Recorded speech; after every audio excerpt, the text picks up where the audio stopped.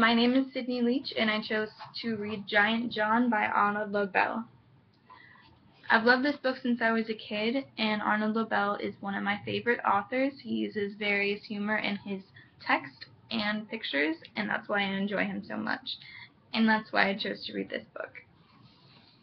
The story is set in a fantasy world that has giants and fairies, but also includes realistic elements like the forest. We have some bunnies over here. Over here. And we also have potato chips, which makes the story more believable for young readers. The events in the story are both imaginative and logical to where the story takes place. The reader can believe that a giant might knock over a castle and reconstruct it in a day's work. The characters behave logically and consistently throughout the story. John is always inclined to do good and is always altruistic with his intentions. At the beginning of the story, we learn the problem is that he and his mother do not have enough food. So, John is selfless enough to say, "Okay, Mom, I'll leave. I'll go make money to feed us." And the fairies, who are not quite the villains, they're not quite the villains of the story. They mean well, but they end up causing trouble. And that's consistent throughout the story as well.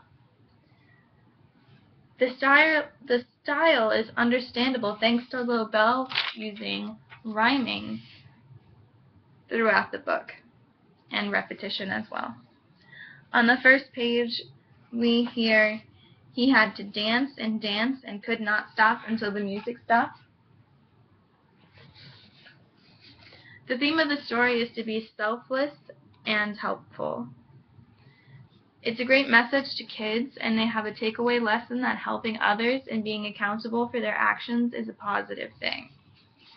Towards the end of the story, the fairies aren't listening to John, and they continue to make him dance after he's uncomfortable with it, and he ends up accidentally knocking over the castle that he guards. John is accountable for his actions by immediately rebuilding and trying to fix everything that he broke, which is also a great lesson for kids. And of course, at the end of the story, another humorous drawing, we see the mom is ready to eat her shoe. But the ending is good because everyone's happy and everyone has food, and even the troublemakers have a seat at the table.